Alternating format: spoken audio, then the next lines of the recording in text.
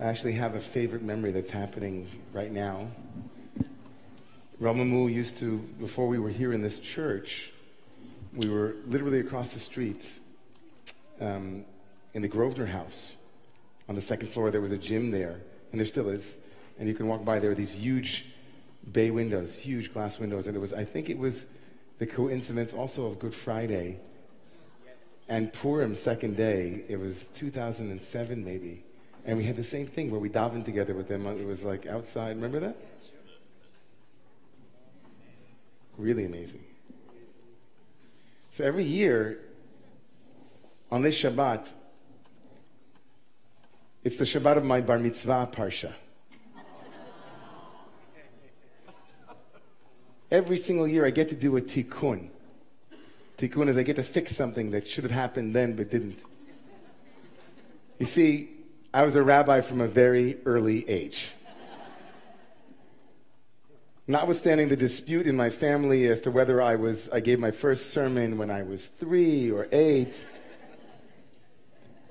Either way, it was probably too long. But at my coming of age ceremony at my bar mitzvah, I should have included a sermon.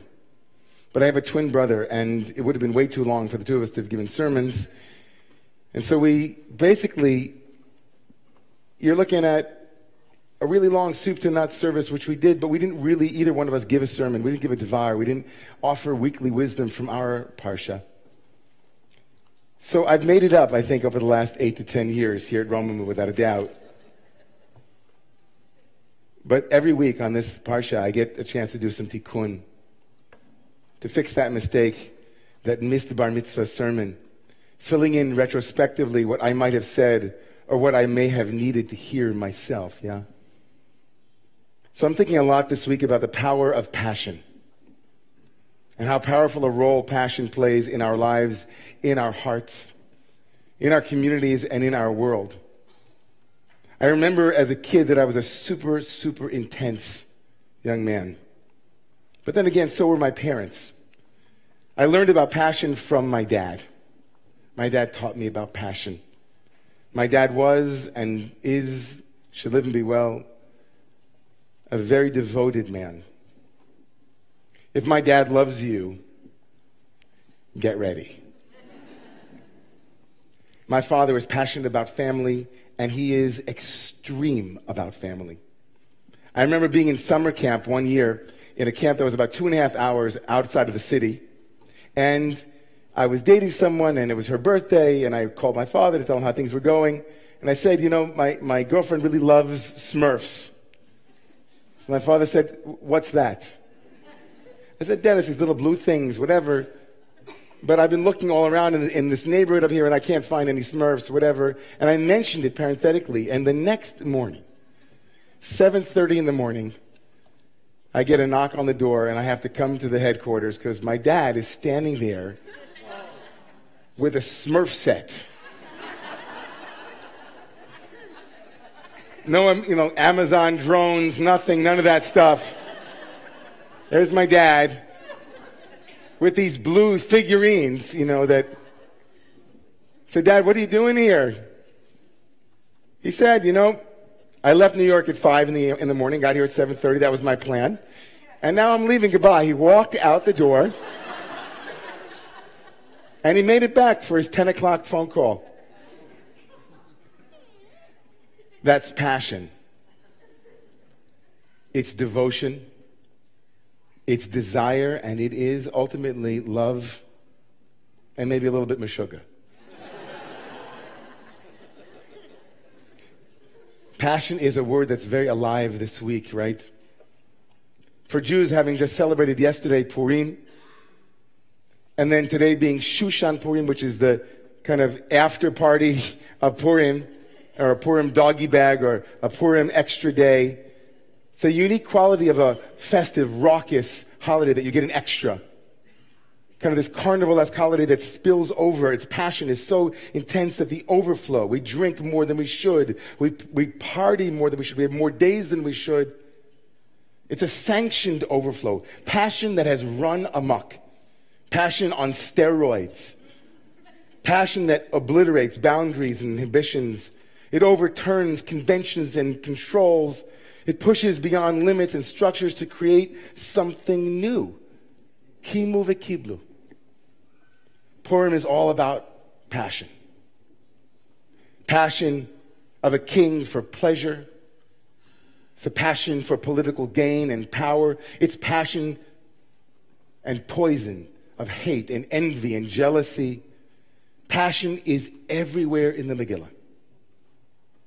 It is lust, it is greed, it is ardent, it is affection, it is outbursts of rage and anger. It is passion as possession. And of course today, as we just heard, Good Friday, Holy Friday, a day celebrated or commemorated, depending on which group of Christians are celebrating it, to remember the crucifixion of Jesus. And of course, the full story of Jesus' trial, death, and resurrection is known as the Passion Play. A story of pathos and pain. Passion there is from the Latin passio or pati for pain, suffering. And of course, the eventual triumph over suffering. Now, there's nothing good about Good Friday, really. And nothing really funny about Purim, per se. Having your Savior die on a cross probably wasn't a good feeling. And narrowly averting a genocide only to be empowered to commit our own in self-defense doesn't really feel good either. But each in their own way speak to the power and the potency of passion, to explore suffering, to explore desire, and to explore perennial questions of religious passion and religious power. The dark and the light side of pleasure and pain. In a word, passion has it all. It's got the joy and it's got the sorrow.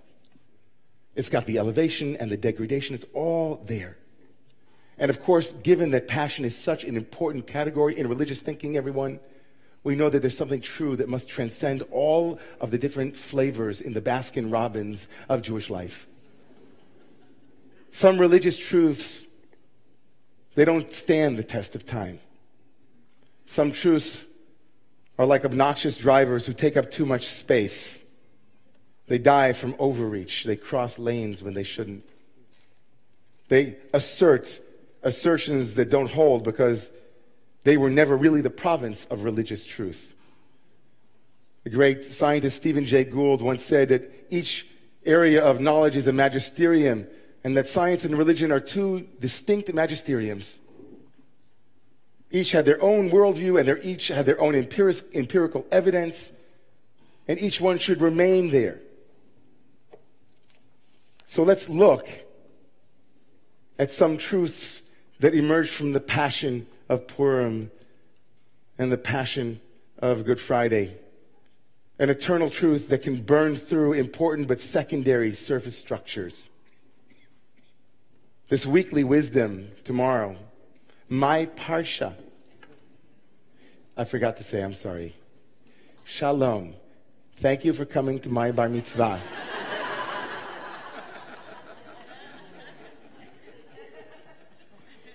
Tomorrow morning's reading is going to begin with an arresting image of fire on the altar. Vayidaber Adonai el Moshe lemor. God speaks to Moses saying, Tzav es Aaron v'es banav lemor zos Torah ha'ola. Give a charge to Aaron and his children. This is the teaching, the Torah. This is the right. This is the law of the Olah, of the holy burnt offering, an offering that is fully consumed on the altar. Let fire consume it completely. Let it be consumed. The Eish HaMizbeach tukad bo. Let the fire of the Mizbeach, of the altar, let it be inflamed. Let it be consumed. This Korban Olah, it was a unique sacrifice. The entire night, the animal would burn down to ashes on the altar. It would keep the Mishkan, the tabernacle, aglow continuously, even during the depths of nighttime darkness. There was always a little devotional light flickering. There was always a little bit of that fire that was taking that animal, consuming it. And there had to be a continual flame. An eish tamid tukad al mizbeach lo tichbe. Let there be a full flame like this eternal flame. Let it be there. Don't let the light go out. Let a fire be in it. Let it consume it completely. The constancy of that burning devotion becomes for the Hasidic teachers an analogy for the human heart. On fire for God. On fire for spirit. On fire for transformation. Say the Hasidic masters, the Baal Shem Tov, and then his grandson, the Degel Machane Ephraim.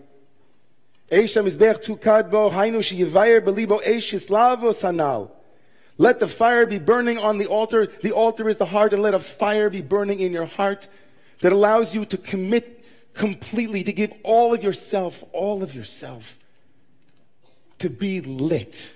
Get lit for transformation. Get lit. Ignite a passion that burns inside. And give all of yourself. Don't hold anything back. If my 13-year-old David were standing here, which he is, you'd say, that sounds a little bit like me in high school. I was the crazy kid.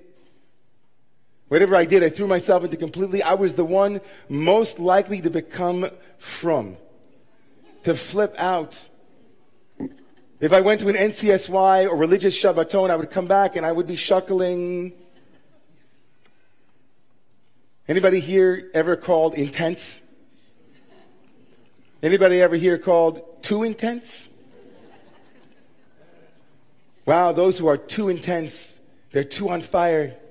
They burn, burn, burn like those votives, right? They burn bright. And the world says we're a little bit afraid. You're a little bit too extreme.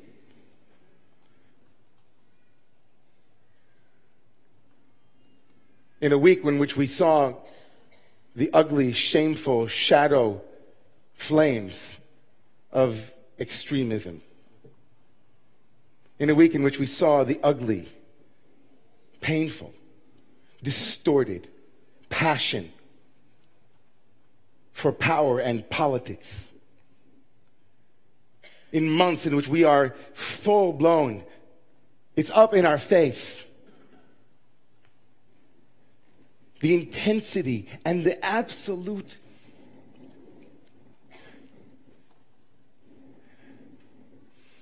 it's so pulls you in. When someone is intense, when somebody is on fire, when somebody is lit up, when somebody really believes in something so wholeheartedly, v'chol me'odecha, with all of their heart and soul, with everything they have. The word in Hebrew for Adam, human being, is also the same letters as me'od. We are all of us a lot. We have a yearning for intensity. And in the intensity of someone who wants to sell you something, you want to buy it. People who don't have intensity are not, what's the word? When you're sick, right? When you're sick and somebody gets you, it's contagious. When someone believes in it, something so deeply, we want what they have. It's attractive. There was a Rebbe named the Imre Emes. He was the son of the Sfas Emes. He was the Gera Hasidic tradition. And when he came to this verse, to the age of 5 years old, he was in Cheder. He was in school. And he was reading my Bar Mitzvah Parsha. I'm honored. And he got to the verse that said, V'esha mizbeach tukad bo, and let the fire of the altar burn inside bo. It should mean, right, bo in Hebrew means inside of him. But the verse was saying, let the fire of the altar burn in it, in the animal, or on the altar. So this little kid says to his malamed, he says to his teacher, he says, what does it mean when it says tukad bo? Is that referring to a person? And the Rebbe, the teacher, doesn't know what, he's the son of the grand Rebbe. He doesn't want to answer him. So he says, I don't know. Why don't you go ask your father? So little Avram Alter goes over to his father's Sfas Emes, Yehuda Lev Alter, and he says, Abba, Tati, he says, it says in the verse, in this week's portion, let the fire of the altar burn in bo, in him. Who is that referring to? So his father says, no, Avram, what do you think? So you know what Avram said? He said, I think it means the priest. the one who is igniting the altar. A priest, a spiritual practitioner, must feel like someone who actually means the stuff that they are peddling. A book that just came out this week that was reviewed by my friend Mark Oppenheimer in Tablet was posthumously published by Edgar Bronfman, the great philanthropist, the heir to the Seagram's fortune, who grew up in a secular home, a complete atheist. And he wrote a book called Why Be Jewish? And Mark Oppenheimer, in his review of the book, said that title shares a title with two other books that have also been written with exactly the same title, Why Be Jewish? One was written, both of them were by rabbis, and very different rabbis. One of them was Rabbi David Volpe, who's a very well-known conservative rabbi in Los Angeles. And the other one was Meir Kahane. Meir Kahane, the rabid anti-Arab racist critique, a critic of American Judaism. And Edgar Bronfman, in his book, is trying to engage people and say, why be Jewish? And he gives all kinds of great reasons. And I want to write a book and say, not why be Jewish, but if you're going to be Jewish, be on fire. If you're going to be a spiritual practitioner, if you're going to live a holy life, get lit. Be excited. Have a fire that is tukad bo, that is inside of each and every one of us. That's your fire. I was on the phone with my brother-in-law about 10 minutes before Shabbat started, and I said, Spencer, where's my sister and where's my... And then he said, oh, he's in Utah. They're in Utah. They went to ski. He said, you won't believe this. They're out skiing yesterday. It's Purim, and it's 1 o'clock in the afternoon, and up on the ski slopes, there's a Chabad rabbi with a big Megillah.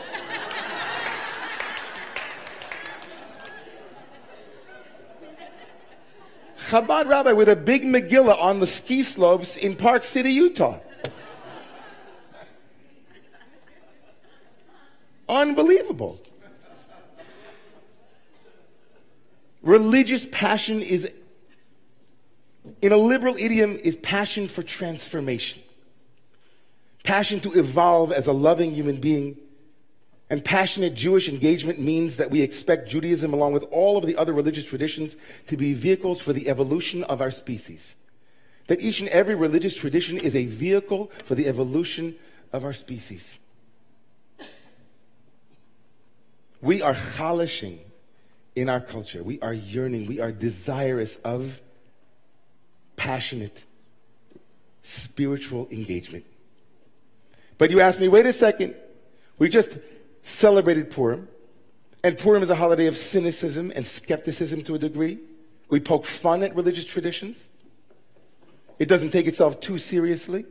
Is there room within a passionate living for doubt, for cool down, where things are not going smoothly? And so here's where the Parsha says something brilliant. You know that holy burnt offering that had to be scorched by that fire, that passion? There are ashes, says the Torah. And the priest, the one who was on fire, is to take those ashes and cleave them off of the altar and place them on the side of the altar.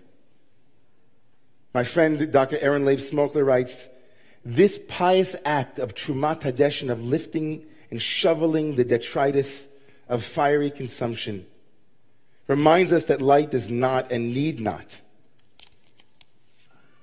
make darkness disappear. Mi shetzarich le'esh mechapes ba'afar. The Maggid of Mezrit says that if you need fire, you find fire even in the dust, even in the ashes. There are embers that just need to be burned on. So, okay, you were on fire and now you're not. Great.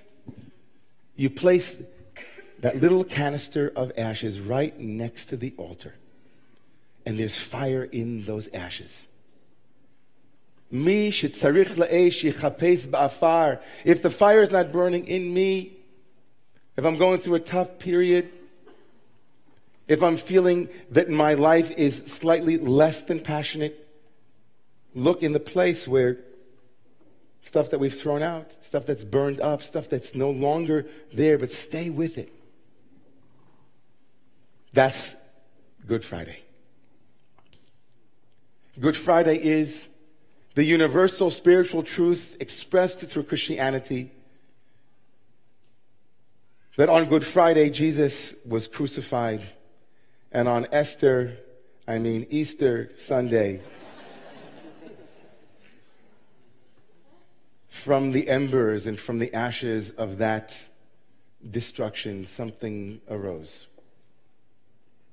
Something life-giving and transforming in their wisdom. Passion extinguished, reignite. So spiritual truth number 2, not only be on fire, not only be lit, but when passion has its obstacles, wait for it to reignite. From the ashes of destruction grow the roses of success. From the ashes of destruction grow the roses of success in Chitty Chitty Bang Bang.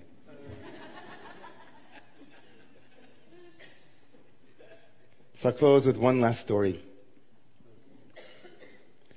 In the spring of 1938, 78 years ago, my 5-year-old father and his 2-year-old brother, Joe, along with my grandmother Irene and my grandfather Ali, left Berlin on a journey that would bring them here to New York, to the safety of this land of immigrants. Here my grandparents would thrive, and here my parents would meet. And here on March 28th, 1969, I was born with my brother Adam. And 34 years ago, I had my bar mitzvah in Jerusalem. And he and I chanted that weekly wisdom, and we reminded ourselves and all of us that were there to live passionately and to look for fire, even in the embers that have been discarded. Rebirth can happen and petals can bloom. And it was 10 years ago on this evening that together we had our first service at Romemu. Romemu, which means to elevate, to live elevated. It was a direct desire from my own heart, as I used to say, to build a fire and let everyone who wanted to put their log on it, let's just build a fire for God. From the word laharim, to raise up ashes, haramat hadesh and Romemu, 10 years ago. And so I want you to know that less than a year after we started Romemu, my father was invited by the Berlin government with his family to go back to Berlin. And my father, who had promised that he would never, ever, ever go back to Berlin ever again, he broke that promise and took all of us, 15 Ingbers and others, made our way to Berlin. And on our second day there, we walked into the Neue Synagogue, into the new synagogue, which is on Orienberger Strasse, the largest synagogue in pre-war Berlin. It has majestic Eastern Moorish style, and it was one of the few synagogues to survive Kristallnacht, though it was badly damaged prior to World War II, and then it was eventually demolished, most of it. And then it was reconstructed. It's magnificent. And so we walked in, all 15 Ingbers walked in, and everybody walked through, and I got stuck in the antechamber, in the entry hall. Because there was a charred Torah there, a Torah that had been saved.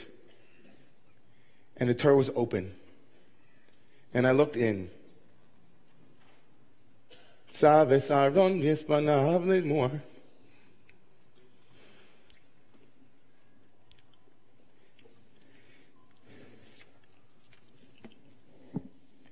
It was open to my bar mitzvah. And of course, it made sense because the Olah, the holy burnt offering, is known in Latin as the Holocaust.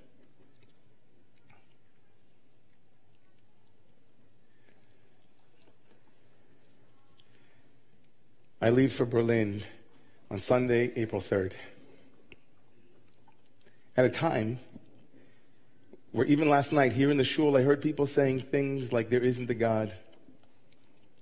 I heard people in Romemu saying there's no truth but this truth. I heard people speaking, and I couldn't believe my ears, because the response to religious fire that is extreme is liberal spiritual fire that is extreme, that is devoted to the transformation of humanity through love, the strongest fire that exists. A great Christian mystic named Pierre Teilhard de Chardin, who was also a paleontologist, he was a scientist, he was a mystic. He wrote, "The day will come when after harnessing space, after harnessing the winds and the tides and gravitation, we shall harness for God the energies of love. And on that day, for the second time in the history of the world, we shall have discovered fire. We shall have discovered fire. On a week full of the fire of hatred and hostility, let's remember those words. On a week that is the solemn remembrance of death and resurrection. On a week where everything in us is so sick of the vitriol and so sick of the misogyny and so sick of the racism and so sick of the pettiness and the smallness. On a week like that, fire burning here, in Bo in here. Bo knows. The fire for transformation. The fire for living lit. Let's keep that fire growing. So that when people look at us, they say, wow, what are you on? And you'll say, I'm on love. I want to build a world from love. Let's be passionate, people. Let's rise.